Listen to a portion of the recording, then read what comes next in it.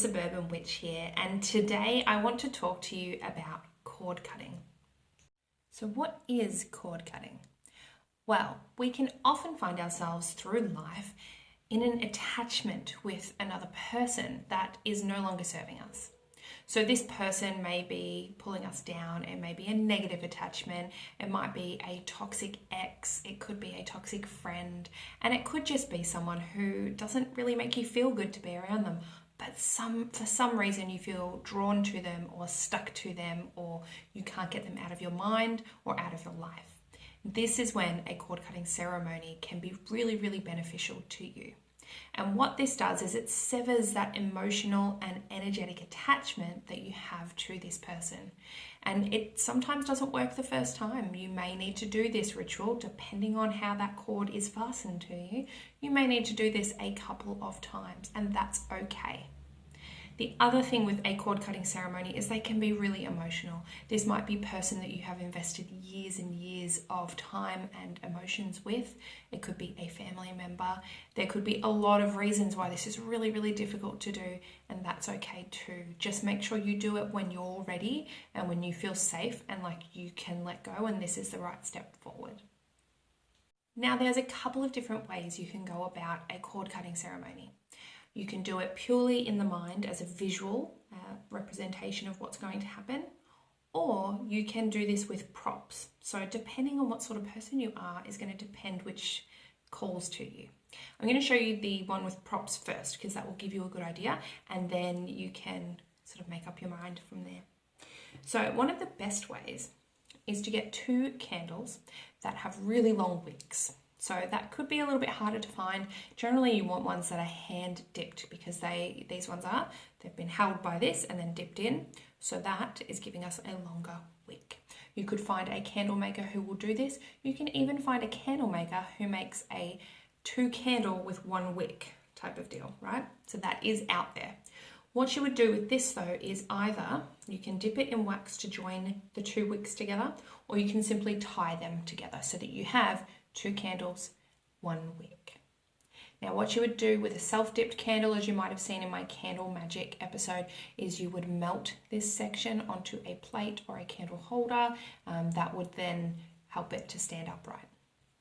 What you can do with this one as well, so this is a spell candle, it's a short-term, short burn candle, maybe 1 to 2 hours. You can carve your name on one, the other person's name on the other. Any sigils that you want or you've created for that person, for yourself, you can write on here that you're wanting to be free of any attachment, that sort of thing. Whatever you believe will put power into it. And choosing a candle with the right colour that's representing that relationship will help too. So a pink can be really good for a friendship or someone that you really truly love or loved. Red might be for a sexual relationship or something that was very intense, maybe something like a twin flame or a karmic connection. So that can be, your choice which colour you go with. Family member could be blue, could be white, just depends. Go with what your intuition tells you is right. Okay, if all else fails, I think white is a really good one to use, or even black as well for this purpose. So what you do is you will tie those 2 together, have them both sitting on their plate. And then you're going to sit there, take a few deep breaths, imagine you and this person, sort of imagine your image over them. You can use a photograph, you can put that under the candle, that's totally fine.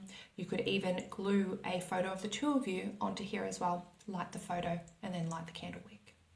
So what it's doing is it's showing you a visual representation of those 2 together breaking apart, and then let them burn out. So that is a candle magic form of cord cutting. Now the next one is quite similar, and it is simply using a string.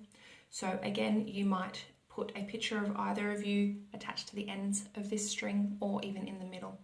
You're going to do whatever feels right to you and this ceremony. You can make it your own. The more personalized you make it, the more power it will have. And again, lighting the middle, or you can use scissors or a dagger, a knife, anything like that to sever through this cord. Okay, that will break that energetic attachment. So that's a nice simple one. You just need a piece of string. Lastly, now this is my personal favorite. That's just my vibe, is a visualization. Now, what you need to do with this, I recommend you set your space, so have your candles or your smoke cleansing and your crystals out, anything that makes you feel safe and ready to perform a working. Then what you're going to do is you're going to visualize yourself in your spiritual or auric body. So imagine you and your aura, okay? So it's not imagining you in this space here and now in the physical plane, more in the spiritual plane. So you imagine that, and then you imagine that you can see this cord, this energetic attachment. Usually it comes from our stomach near the solar plexus chakra. Think of it almost like an umbilical cord. And if you have seen the movie Donnie Darko, similar to that, where he has those big cords running out, but smaller. In my imagination, it has been smaller.